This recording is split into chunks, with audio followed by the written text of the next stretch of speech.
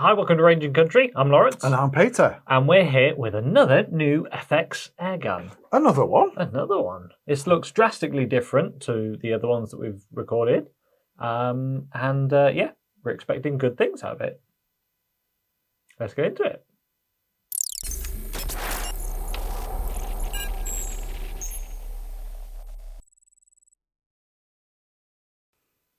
Okay, so what is this? The new Leopard. So this is the bottle version that we've got here in front of us. They also do a tube version, which is basically without the bottle. No cylinder.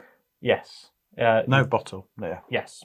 You've got 480cc capacity carbon fibre bottle here. I know we normally do butt to muzzle, but I'm just explaining for the ladies and gentlemen. 480cc bottle on here. This is the bottle version. Without this, the standard tube version just has this, which looks like a barrel, which looks like a shroud, but actually this is the air tube, is what it's called in the manual. You've got a 260 Same cc. principle as the DRS. And the Panthera. And the Panthera Remington and the King. Tyrant. Fort. No, Fort. Yeah. Fort. That's I the mean, one. that's, yeah, we're not comparing it to a Vought here. Let's not pretend. This Okay. is, yeah. It's a lot more expensive. Yeah. Right, go on then.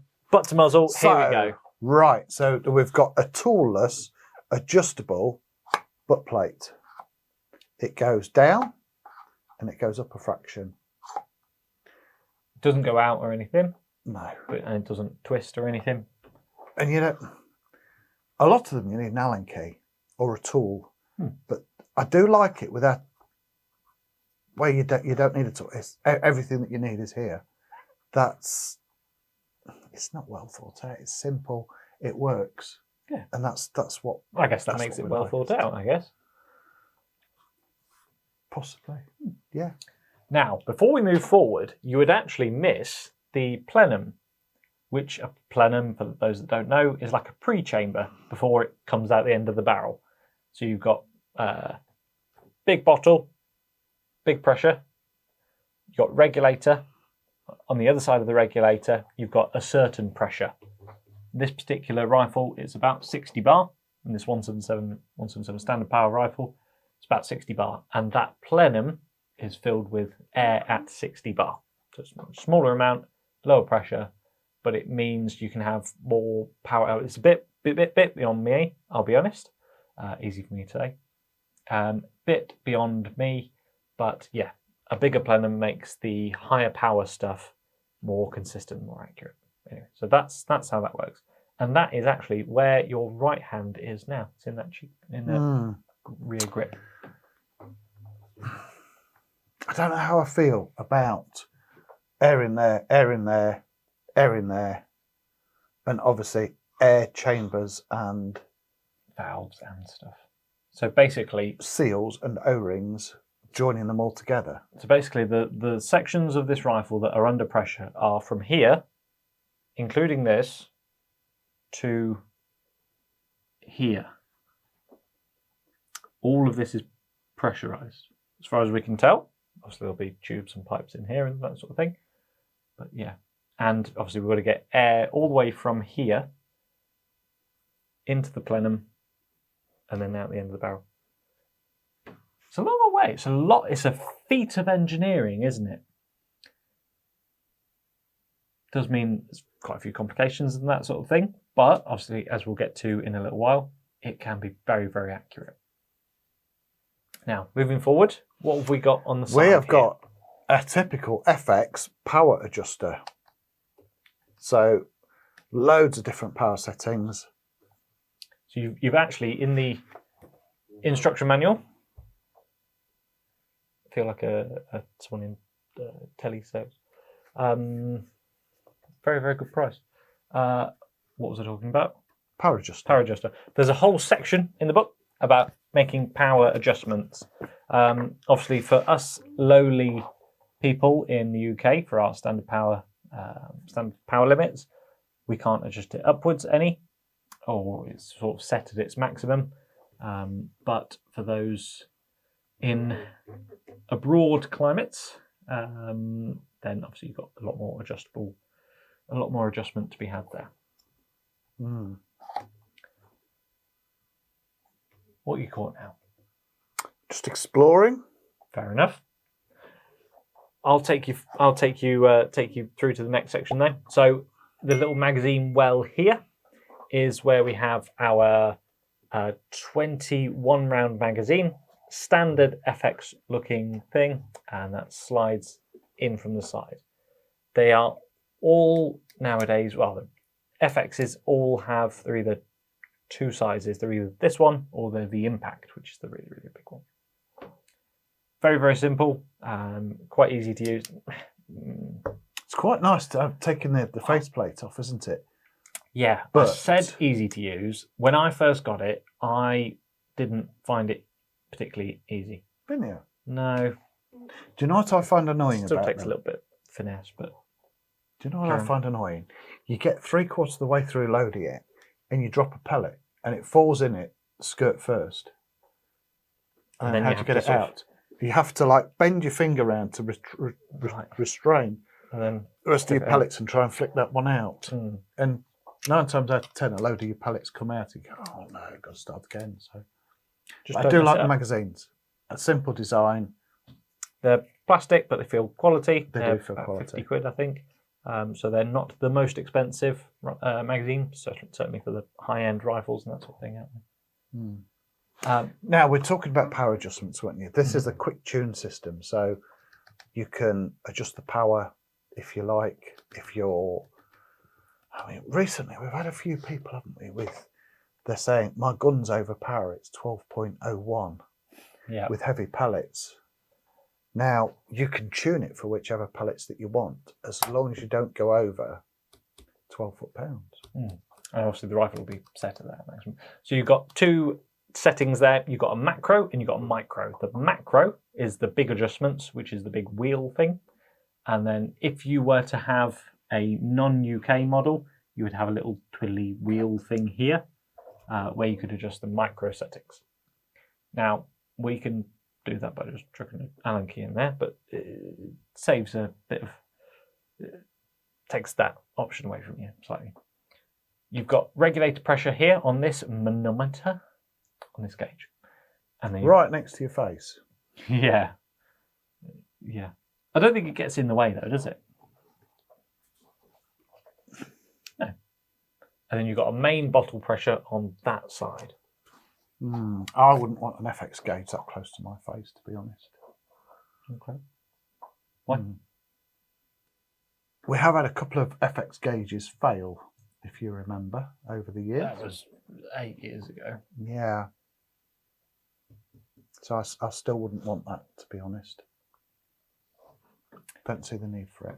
Fair enough. Anyway, moving forward, we've got this lovely pistol grip up front here. Now this is rubberized, and this is sort of Impact M4 style, where it's sort of quite vertical on this sort of back section here.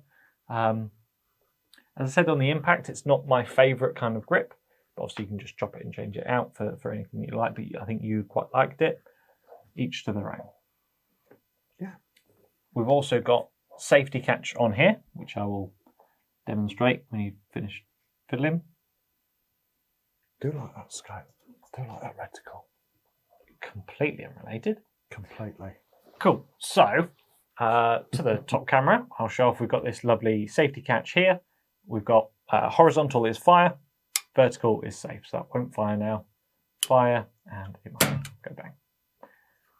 We've also got a lovely Picatinny rail underneath say here. that it's on, goes through both sides there.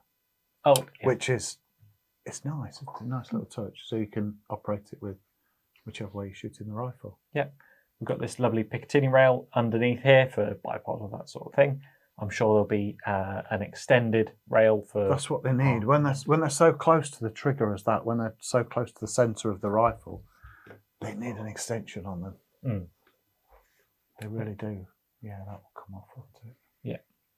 We've got this quite nice trigger blade in here. Now this is adjustable for, I believe it's rake is the word.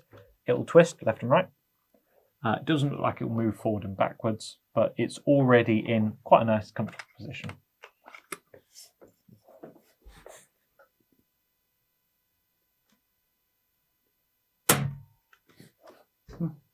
What are we going for? Nothing. Just shooting at that wall. Oh. Just trying the trigger. Just Okay. having a little play. Well, you're going to shoot it in a sec. Oh dear. Last thing, we've got a standard 1/2" UNF thread on the end. Yeah. You would want a sort of flat-ended moderator to butt up. Are these 34mm tube the same as the DRS? Probably. I will say that's very smart. That's very smooth. You can generally tell the quality of a thread by How quick it dropping falls it. off the end. No, right? But Yeah, you're right. Yeah, nicely cut. Yeah. anyway, that's enough prating about. Back with you shortly for handling. Now, we actually first saw this rifle at the IWA show, end of February of this We year. did, yes, we did. We had a It handle took of a it. while for it to come out after that, didn't it? Yeah, this is 6 months, 7 months later. Yeah. I at least thought it felt very, very comfortable. I thought it felt very well balanced in the shoulder. And yeah, now we've got the real thing. It definitely doesn't disappoint. I will say now, though, that the elephant in the room, or let me give you some numbers first. So with the scope that we've got here, it's 4.5 kilos. What are you doing? Looking for an elephant.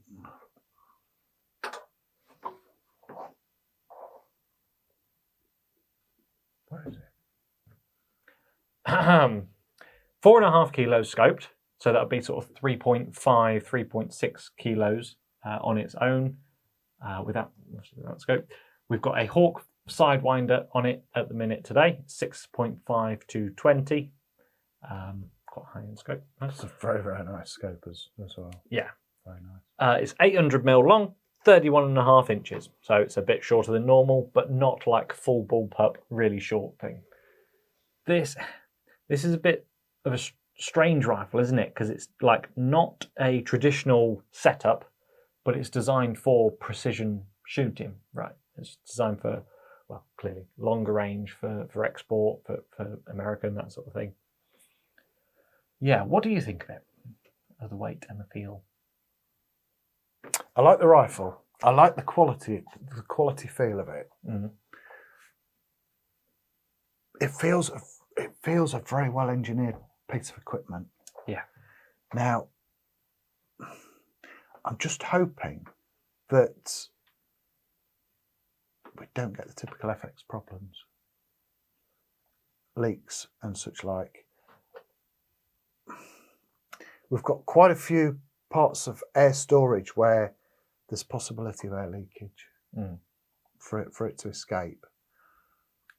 Time will tell. But what do you think about handling, keeping you on track? I think it's very nice. Yeah, I do. It's a rifle that I could shoot. Well, it's good because you're going to have to. Apart from there not being any wood on it. Oh, yeah, there we go. Here we go. But Nothing to... Oh, I think- wood. But I can still do that with the quality engineering, all this aluminium and Yeah. it very is smart. it is very, very nicely made, very nicely finished. Their CNC machines must be, they're just, it's just very, very good quality engineered. Now, unfortunately, a bit of a negative for me, I would say. The weight, the balance of it for me was a bit strange, very hard to shoot. The old shotgun syndrome. Yeah, it's I not. think. It's not just that. It feels like the weight's just in, I don't know, the wrong place. It just takes a lot of. We've got a a lot lot of of alley, practice. haven't you? You've got a lot of. With you saying that the plenum's in the back here, this is holding air as well, so that's all got to be quite tough alley. Mm. So I guess that doesn't contribute to weight loss, does it? Yeah. That's For me, it was very 4.5 kilos difficult scope. to shoot okay. because of the balance of it. You've got to really, Sam was saying that you've got to rest it with a bag on the rear end as well as the front. But obviously, we'll get into actually shooting it just now. The only thing we've got to mention in the features section is we said the bottle and the tube. The capacity of those was 740 cc's, 3/4 of a litre. Massive. Big old air. Massive. But the shot count that I got out of it, when I shot it from 200 down to 150 bar, and then obviously extrapolated from there, I got about 450 shots, 425, 450, something like that. So not as many as I would have expected for a capacity of that size, but it's nearly whole tin pellets. What am I kidding? Shall we have a go at shooting it? Let's try it. Go it. Back with you shortly. Okay, here we are, ready to shoot the new FX Leopard. Now, obviously, there's been a lot of trickery and a lot of design gone into this, so we're expecting good things from FX's newest, latest and greatest this month. Righty, let's see what I can do with this one. So, obviously, as we mentioned before, we're in a new studio, which means a couple new things for us to keep track of. A couple new things that you get to hopefully enjoy. So we've got a chronograph here that I can see that we've got a recording of. So hopefully we can sort of splice that into the video as well. So you can see the velocity of each shot as it comes out, as it shoots, as it makes the hole that you see. Oh.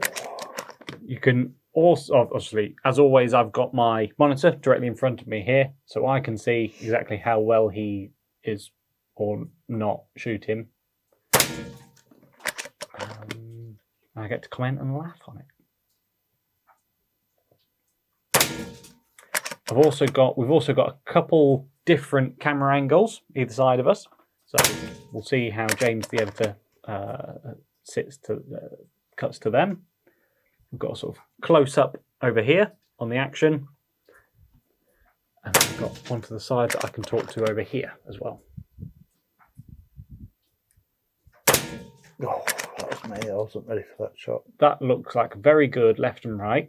That means that you're pulling it. That's what I would say. I'm not. Let's try aim for number 3. Well, you can go for any of those other aim points on these fantastically designed targets, can't you? Not that number 3 straight out. Yeah. It's good to do it again. He wasn't listening. Obviously, these are our targets that we're in the process of designing. So this isn't the finished article, but it's basically going to be that. So we're going to have our own targets. So you get to shoot our name, I guess. Oh, I'm out of pellets. That's pretty good though, I think. That's pretty damn good. Well, I don't know what happened with that centre. When I was aiming for the centre there. I did a couple that was... I don't know if the ladies and gentlemen will see this on the... There's only one person watching. Screen. Just remind you. Gentlemen. On the screen we're recording on the phone the time that we're recording this. So that might have something to do with it. But to me, that just looks like left and right. That just looks to me like you're pulling it. No, wait, after you'd said that, I was really careful and made sure I didn't. And I really squeezed that off. And those last 3 through the 3. And I went to the number 3, yeah. They were excellent. I will say, when I shot this rifle, I was getting a few through the same hole, but it's very easy to pull it. It's very easy to miss. It's not an easy rifle to shoot, is it? I know we've been sat here for... Why are you reloading? I'm going to have a few more while you're chatting. I've got more aim points to go at, so... Well, we're done. We're going into conclusion. Are we? Yeah. I'll be quick then. Yeah, just keep chatting. I've got some more aim points on these targets, so it just seems a bit of a shame to waste them. Well, we've got 3 more videos to record. I'm going to stick half a dozen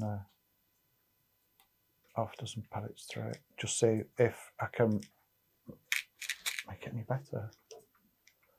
I know that. I mean, those 3 on the 3 were rather good, weren't they? Centre one's left a little bit to be desired.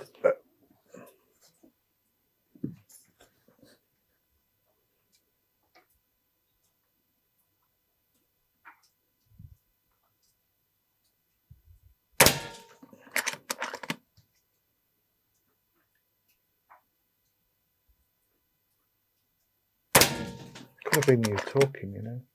Oh yeah, that old chestnut. Yeah.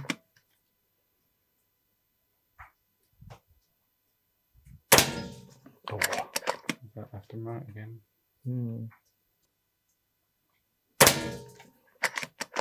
That was way off that 6 o'clock aim point. Now I'm going for the 9 o'clock one on the orange.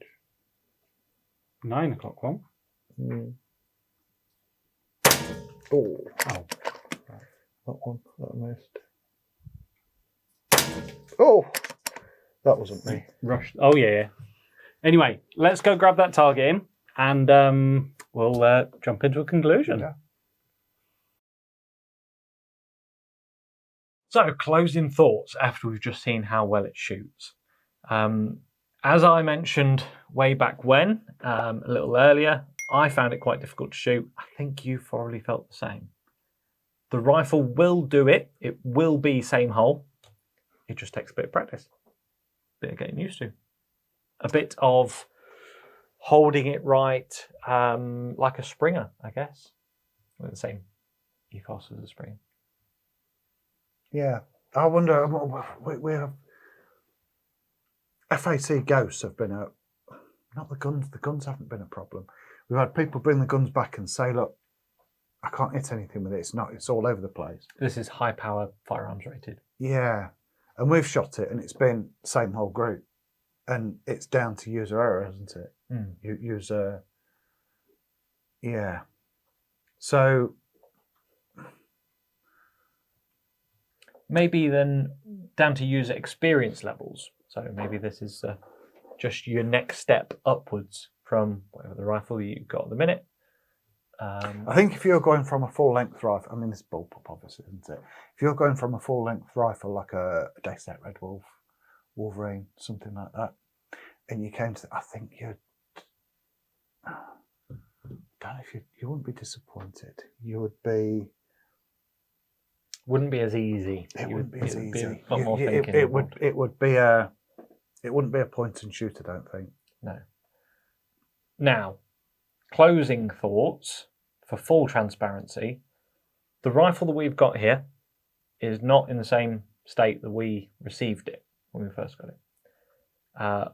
We tried to do this video a couple of weeks ago. We couldn't get the rifle to shoot accurately. Tried everything. Tried pellets. Tried 2 rests. We tried our SAM to try it.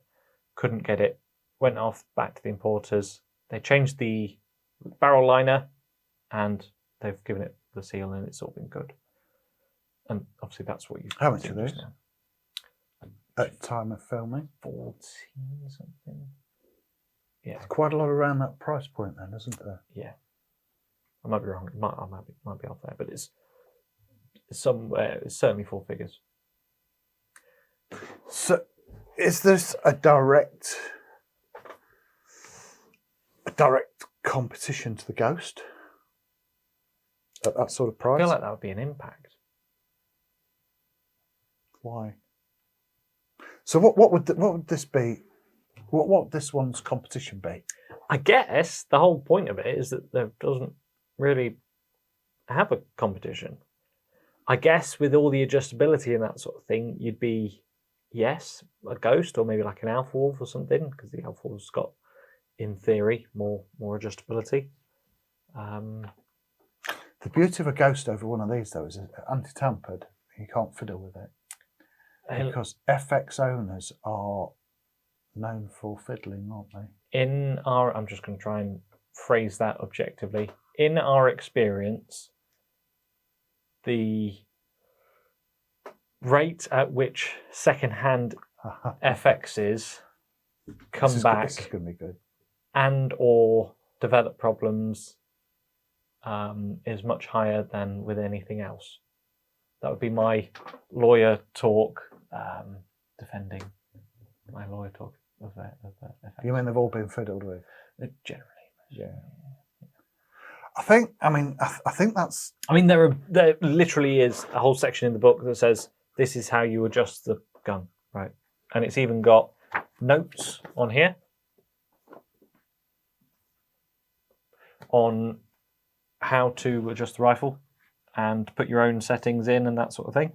So it's designed to be fiddled with. That's bad news, isn't it? And then everyone fiddles with them and then breaks them. Yeah. I think, I mean, not a lot of people have got extensive knowledge of the inner workings of an air gun, and they watch a YouTube video and they think they can do it, don't they? Mm. And Especially one as, I'm sure, as complicated as this. Yeah. Like I say, you've got to get you've got to fill the rifle. We haven't even said the fill port. Fill port is here. You fill the rifle here. It fills this bottle over here, and then when you fire it, the air comes from here into the plenum, which is here, and then out the barrel, which is here. A lot of movement. Mm. Yeah. We'll see. We'll see about reliability in that. We'll see how the longevity of the rifle is. But how many since the impact? Since the how long's the M4 been out? A year and a half. So how many more models of rifle have they brought out since the M4? Oh, I don't know. Can you name them? Or since the M3? Oh, Panthera King, Panthera Hunter. When was the Maverick? No. Obviously, we've had the DRS. A lot. Quite a few. Mm. Do you think they bring out too many? I think we said this in the last one. I I don't want to say the same thing as a previous video, but yeah, maybe we just see all of them all of the time too often. Maybe that's what it is. Maybe we're just old. Well, I'm old. Maybe collectively we're just old and don't like the new things and don't like change. But anyway. Yeah. Anything more to be said? Closing thoughts. I like it. I like the engineering in the rifle. It's clearly really well built. Yeah, it is clearly well built. I hope that they've learnt a lot from other guns, and the reliability of holding the air inside the gun is a lot better. Now the cases, they've gone a backward step with a case, haven't they? Now, yes, from the old Negrini days. the Negrini FX stroke day state cases that they always use, the nice thick ones, they're bomb proof, weren't they? They was such good quality. But the new cases that they've gone for, they're a lot cheaper. Yeah. And they can't be saving a lot of money by supplying that. So I don't get it, to be honest. I mean, they're a lot smaller, so you get more of them on a container. I still don't get it. I think that's This is a high-end rifle, isn't it? yeah, but you can just Put it in a high-end case. I mean, you make more on it if you put it in a small box. Yes. Anyway, thank you very much for watching. Thank you. Please like and subscribe, and we'll see you in the next video.